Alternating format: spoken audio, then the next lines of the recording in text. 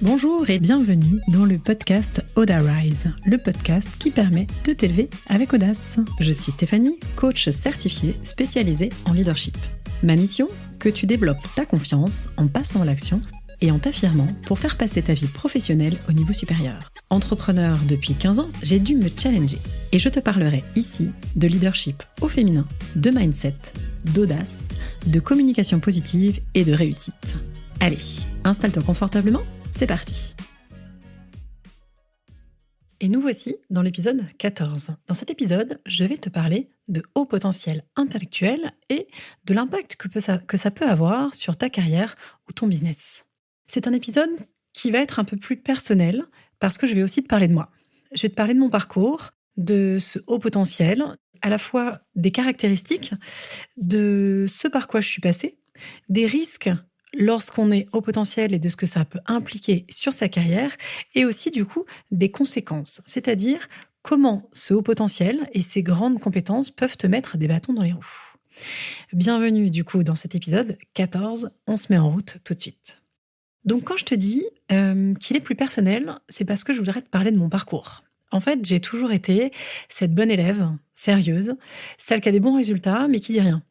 Sur les carnets, c'était toujours ça, c'était élève sérieuse et discrète. Je savais les choses et j'étais incapable de me les dire, incapable de me mettre en avant, avec la boule au ventre de me tromper, la peur du regard des autres. On m'a appris qu'il fallait exceller et être modeste. Donc j'en ai conclu que si je ramenais ma fraise pour parler de mes résultats, c'était que du coup j'allais être arrogante, j'allais frimer, qu'il fallait surtout pas se mettre sur le devant de la scène. J'ai grandi avec ces croyances et pendant longtemps, je me suis dit que c'était ça qui faisait que j'étais incapable, effectivement, de me montrer, de parler de moi, de parler de mes succès. Et un jour, j'ai eu des enfants. Et mon aîné s'avère être, donc du coup, ce qu'on appelait au départ un enfant précoce. Et au-delà de cet enfant précoce, finalement, toute une notion différente se cache derrière, qui se regroupe dans tout ce qui est terme zèbre, surdoué, haut potentiel intellectuel. C'est là que j'ai commencé à me pencher un peu plus sur la question. Parce que qu'est-ce que ça veut dire, ce haut potentiel intellectuel ?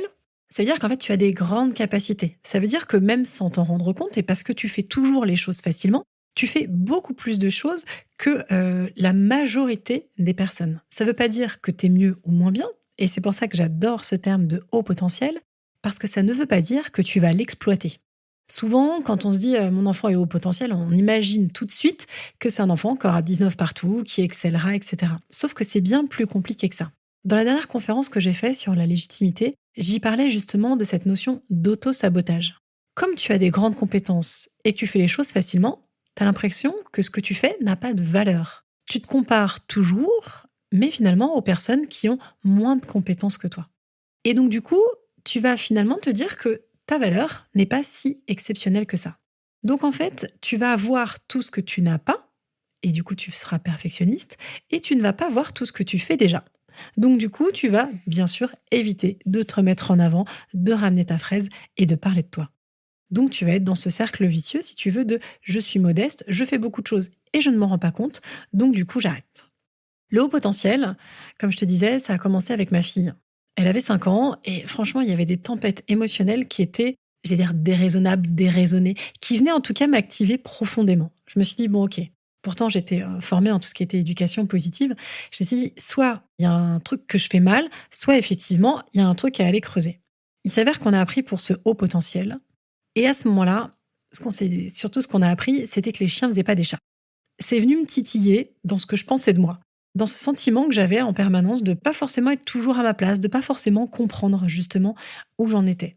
Et d'ailleurs, j'ai fini par me faire tester et je me souviens très bien. Et c'est encore ce que je vois énormément en coaching parce que bien sûr, il n'y a pas de hasard. J'accompagne énormément de femmes qui sont au potentiel sans le savoir. J'ai dit, je me souviens très bien, face à cette neuropsy, soit je suis bipolaire, soit je suis au potentiel, mais il y a un truc. C'est-à-dire qu'en fait, je me débattais avec mes émotions. Je prenais les choses vraiment, j'étais à fleur de peau tout le temps.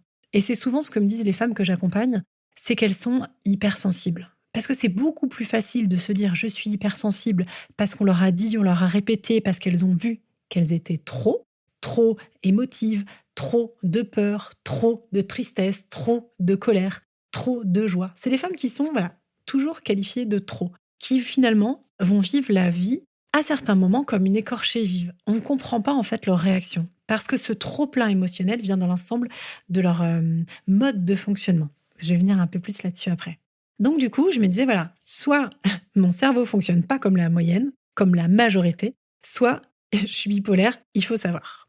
Et quand tu t'es testé, en fait, c'est un moment de stress parce que plus tu as des grandes compétences, moins tu en as conscience, moins tu les assumes, comme je te disais, puisque tout est facile, tu dis que non, ça peut pas avoir de la valeur ce que tu fais. Donc du coup, tu arrives en disant, c'est pas possible, je suis vraiment un imposteur, je suis une escroc, je suis hyper prétentieuse de venir et de passer ce test à ce moment-là. Et il s'avère que du coup, la définition vraiment très basique du haut potentiel, au-delà de toute la partie émotionnelle dont je vais te reparler, c'est que c'est des QI qui sont à plus de 130. Et en fait, du coup, la sentence, le coup près est tombé et c'est ce qu'on m'a dit. On m'a dit, voilà, madame, vous faites partie des 1% de la population. C'est-à-dire qu'en fait, vous êtes en permanence en inadaptation par rapport à la société. Ça ne veut pas dire qu'on pense mieux ou qu'on pense de façon, comment dirais-je. Ce qui pose problème en fait dans le haut potentiel, c'est que souvent on a l'impression que les gens vont se placer au-dessus. Et ce que je voudrais que tu comprennes aujourd'hui, c'est que si tu te poses ces questions de ta place, c'est souvent parce que justement, tu as cette capacité à voir les choses sous un autre angle. Finalement, ceux qui sont dans la norme sont rassurés parce qu'ils sont dans cette norme, ils se reconnaissent par rapport aux autres. Donc du coup, ils vont pas se poser des questions sur leur légitimité de la même façon que tu te les poses. Donc pose-toi la question, si tu as cette hypersensibilité, si tu sens que tu es un petit peu en décalage, est-ce qu'il n'y a pas autre chose derrière ? Pendant longtemps, je voulais pas de cette étiquette, ni pour ma fille, ni pour moi. Et en même temps, j'ai compris que ce qui était intéressant, toujours pareil, c'était de revenir à la connaissance de soi. Parce que savoir qui on est va nous aider ensuite pour exploiter avec bienveillance nos forces et traiter nos points de vigilance ou nos difficultés avec plus de douceur et d'amour. Ça permet en fait de contrebalancer la petite voix, surtout parasite, qui nous répète en permanence qu'on n'est pas assez. Parce que qu'est-ce que c'est les caractéristiques du haut potentiel ? Le haut potentiel, c'est cette pensée en arborescence. C'est avoir 1000 idées à la minute. C'est toujours s'imaginer, non pas que A donne B, qui donne C, qui donne D. C'est se dire que A donne A, B, C, D, E, F, et que chacune de ces lettres va en donner à nouveau 4, 5, etc. Du coup, ça fait beaucoup d'informations à traiter pour le cerveau. Et encore une fois, ce n'est pas mieux ou moins bien. Ce qui fait la différence entre un normopensant et un surefficient, c'est la façon qu'on a de traiter l'information. Et comme on est nos meilleurs saboteurs, quand il y a ce haut potentiel, ça peut justement nous jouer des tours. Donc du coup, c'est cette pensée en arborescence, ces idées à foison. L'autre critère hyper important, je t'en parlais tout à l'heure, c'est cette hypersensibilité émotionnelle, qui va en fait avec la notion d'hyperesthésisme, c'est-à-dire que tes sens sont en éveil. Le bruit est un excitant, les odeurs sont un excitant, la lumière va venir t'agresser. En fait, ton cerveau est tellement puissant qu'il traite beaucoup plus d'informations, ce qui lui demande beaucoup d'énergie et qui du coup amène cette sensibilité exacerbée. Typiquement, moi j'avais remarqué chez ma fille de 5 ans, c'était les chaussettes qui la grattaient, les étiquettes, les trucs qui étaient pas bien mis, pas serrés, etc. Tu vois, c'est ça. C'est en fait, tu es avec trop d'informations en permanence qu'il va falloir apprendre à canaliser si tu veux pas devenir ta pire ennemie ou ton saboteur principal, que ce soit dans ta vie perso ou dans ta vie pro. Parce qu'en fait, si tu veux, l'autre caractéristique, c'est cette analyse et cette perception du monde. Ce besoin, si tu veux, de sens en permanence, cette caisse de sens, pourquoi on fait les choses. Associé aussi à un grand sentiment de justice ou d'injustice. C'est-à-dire qu'on ne comprend pas, en fait. On ne comprend pas pourquoi les autres ci, pourquoi les autres ça, comment le monde fonctionne. C'est des questions existentielles qui reviennent à foison. Avec en plus ce besoin de compréhension. Et comme je te disais, on fait partie, quand on est dans les hauts potentiels, d'un tout petit pourcentage de la population, on se sent en décalage en permanence. En fait, on remet énormément de choses en question. Du coup, on se sent vulnérable. Ce qui peut entraîner du coup un manque de confiance, parce qu'en fait, on n'a pas le fonctionnement majoritaire dans la population. Et encore une fois, ça ne veut pas dire qu'on est au-dessus. Ça veut dire qu'on fonctionne différemment et que comme on est des êtres sociaux, on a besoin de se sentir appartenir. À partir du moment où tu es dans un groupe qui fonctionne comme toi, ça te renvoie une image positive de toi. Quand 90% de la population ne va pas fonctionner comme toi, tu te sens en décalage et du coup tu doutes de ce que tu es, de ce que tu vaux, de ce que tu as le droit de demander. Donc tu te remets en permanence en question. Un autre critère du haut potentiel, c'est cette curiosité, c'est cette soif d'apprendre, de comprendre, comme je te disais, qui du coup peut entraîner des difficultés par rapport aux autres parce que tu as une rapidité pour traiter l'information qui est beaucoup plus importante que, encore une fois, dans la majorité des cas. Donc en fait, si tu veux, quand tu vas dire des choses qui vont te sembler logiques, tu peux créer des incompréhensions parce que la personne en face ne pense pas de la même façon que toi. Quand tu échanges avec l'autre, c'est comme toi, en fait, tu lui donnes l'information et ça va vite, tu percutes, etc. C'est comme si tu lui donnais le gros titre de l'article de journal. Alors que lui, il a besoin de toutes les sous-parties. Donc, il y a des grosses incompréhensions au niveau de la communication. Dans les autres choses que tu peux retrouver, c'est du coup ce décalage dont je te parlais, mais c'est aussi une énergie intérieure qui va être différente, une sensibilité qui va être différente, qui est souvent avec un sens de l'esthétique et de la créativité. Il y a une imagination débordante, puisque comme je te disais, il y a cette pensée en arborescence, qu'une idée en donne 10, qui en donne à nouveau 10, etc. Et donc ça augmente progressivement. Ce qui est compliqué dans ce haut potentiel, comme je te disais, c'est pas les compétences que tu as, c'est la façon que tu as de les utiliser. Puisque tu as tendance à te dénigrer, à ne pas voir ton potentiel, justement, tu peux le perdre. En fait, il y a deux risques principaux. Soit tu vas surinvestir en te disant il faut que je fasse toujours plus. Et le risque à la longue, c'est l'épuisement. Parce que tu te sens toujours pas légitime. Ou alors, à l'inverse, tu décroches. Tu dis bah j'y arriverai jamais. Décidément, je ne rentrerai jamais dans ce moule, dans cette façon de penser. Je serai jamais assez bien. Donc du coup, je décroche. Donc soit tu te suradaptes et tu te surinvestis pour arriver à te sentir légitime, ou au contraire, tu abandonnes parce que justement, tu ne te sens pas légitime. Du coup, quels sont les risques? Le risque principal, ça va être ce perfectionnisme. Puisque tu te dis toujours que tu ne fais pas assez bien, tu vas en faire de plus en plus. Tu vas peaufiner le moindre détail. Tu vas perdre un temps infini pour faire parfaitement, mais comme tu as un haut niveau d'exigence, tu vas en faire parfaitement 10 fois plus que tout le monde. Puisque de toute façon, tu ne vois pas ta valeur, comme je te disais tout à l'heure, tu manques d'estime personnelle. Tu ne te vois pas à ta juste valeur. Tu ne vois pas le niveau de compétence, le niveau d'authenticité que tu peux avoir. Tu vas toujours avoir l'impression de ne pas être assez. Donc du coup, troisième conséquence, tu manques de confiance. Avec ton hyperactivité cérébrale, tu vas avoir tendance du coup à être plus facilement irritable, plus facilement émotive, plus facilement borderline. Ça, c'était la quatrième. La cinquième, c'est que, comme je te disais tout à l'heure aussi, tu vas rarement te sentir légitime. Tu vas être vraiment en proie au syndrome de l'imposteur. Pourquoi? Parce qu'en fait, comme tout est facile pour toi, tu ne mesures pas tout ce que tu fais déjà. Et l'autre grande caractéristique, c'est que tu es plus facilement manipulable. Pour toi, il est impensable, avec ton niveau d'empathie et de connexion à l'autre, d'imaginer que les gens puissent être méchants. Et c'est rigolo parce qu'en te le disant, je le sais intellectuellement, mais je suis incapable. S'il y a bien une croyance qui m'accompagne tout le temps, c'est que les gens sont foncièrement gentils. J'ai envie de garder cette croyance parce que pour moi, elle est source de croissance. Et effectivement, je me suis bien rendu compte qu'elle a pu me jouer des tours aussi. Parce que même si mon cerveau de surefficient me dit que oui, c'est possible, dans la vraie vie, je me dis qu'il n'y a pas forcément des gens qui sont manipulables, mais plutôt des gens qui sont blessés. Et en fait, le risque de cette pensée-là, c'est justement qu'on profite de soi. Parce qu'on a des grandes compétences, parce qu'on ne se met pas en avant, et que du coup, ça aide certaines personnes à se valoriser. Donc du coup, on peut se trouver manipulé par toutes ces compétences que l'autre voit en nous et que nous n'exploitons pas. En fait, si tu veux, le risque principal pour moi, et notamment dans ta vie professionnelle, c'est que tu ne manques pas de compétences, mais comme tu ne les vois pas, tu vas te challenger trop, t'épuiser, ou alors abandonner avant même d'avoir commencé. Moi, mon objectif aujourd'hui, c'est de permettre aux femmes qui sont au potentiel de voir leur valeur.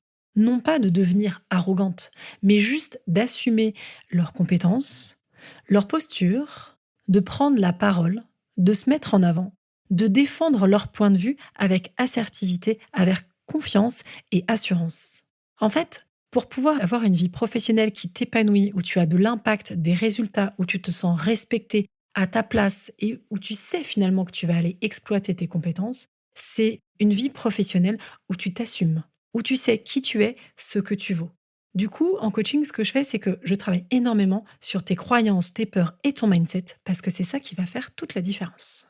Parce que le problème du haut potentiel, c'est qu'en fait, on procrastine dans ce manque de légitimité. Alors que les autres se lancent, on a un sentiment, si tu veux, de frustration. En fait, on a des envies, mais on se pose tellement de questions qu'on peut rester dans l'inaction.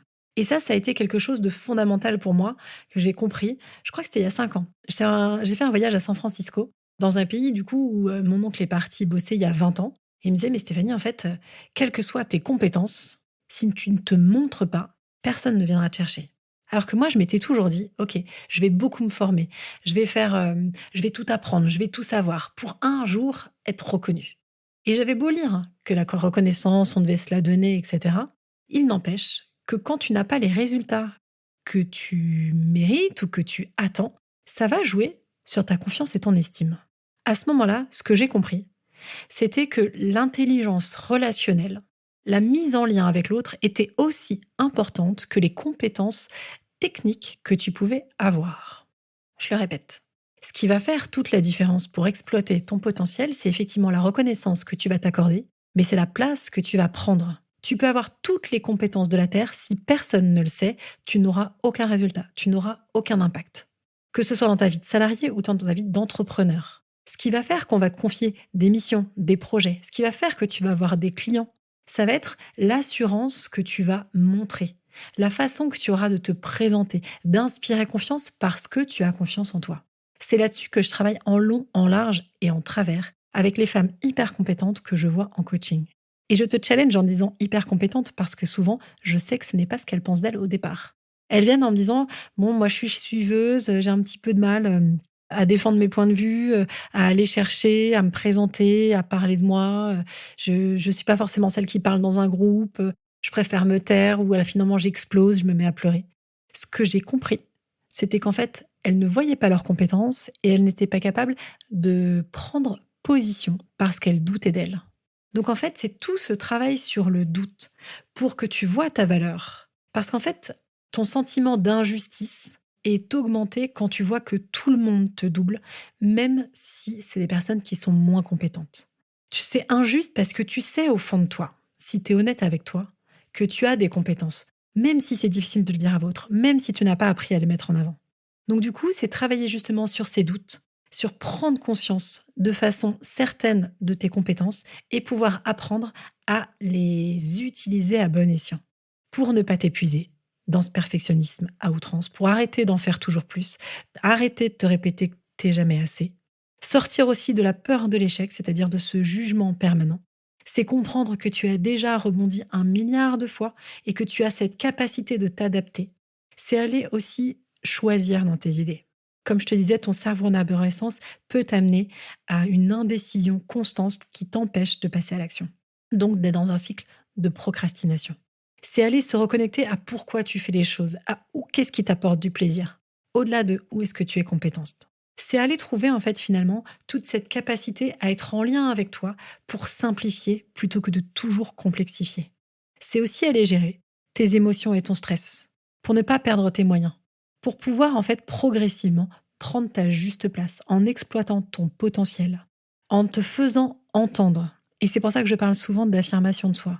C'est se dire que tu as le droit, et tu as tout intérêt même, à parler, à exposer ton point de vue, parce que c'est comme ça que tu vas attirer des gens qui vont être en lien avec toi de façon authentique. C'est comme ça que tu vas attirer tes clients idéaux. C'est comme ça que tu vas pouvoir te montrer auprès de ta hiérarchie. C'est comme ça que tu vas pouvoir vivre ta meilleure vie. Ce que je te propose, ça va être de faire l'état des lieux, de voir si tu te reconnais dans ce haut potentiel. Si tu es capable aujourd'hui de reconnaître tes compétences et qu'il te manque juste le petit cap de l'affirmation de soi, tu peux aussi me contacter pour qu'on fasse un coaching ensemble. Pourquoi ? Ça va te permettre de te reconnecter à ta joie, d'aller te traiter avec bienveillance, douceur. Tu te sentiras fière, sereine et tu auras plus de résultats dans ta vie professionnelle. Tu pourras aller chercher cette promotion ou cette mission qui t'intéresse. Tu auras plus de clients. Tu auras exactement ce qui t'attend parce que tu auras vu ta valeur et que tu sauras l'exploiter. Ce que je te propose en fait, c'est d'aller lever tes freins pour dynamiser ta vie, pour te permettre de passer au niveau supérieur. Sortir de tes frustrations, de ta procrastination, de ce sentiment d'injustice et parfois d'être dépassé par tes émotions. Tout ça, c'est ce que je fais tous les jours avec des femmes exceptionnelles. Si tu es l'une d'entre elles et que tu hésites, mais que tu te reconnais quand même dans certains aspects, n'hésite pas à me contacter. Je te dirai tout ce qu'il est possible de faire. Je te laisserai bien sûr les liens dans la bio. Si cet épisode t'a plu, je t'invite à me laisser 5 étoiles sur la plateforme de ton choix. D'ailleurs, sache que je suis hyper contente. Ça y est, j'ai réussi à connecter à Apple Podcast. Donc, tu peux le faire sur cette plateforme-là. Et si tu reconnais l'une de tes amies ou un de tes confrères, collègues, etc., n'hésite pas à lui partager cet épisode. Ça lui permettra lui aussi de faire passer sa vie au niveau supérieur en passant à l'action avec audace et en s'affirmant. À très vite!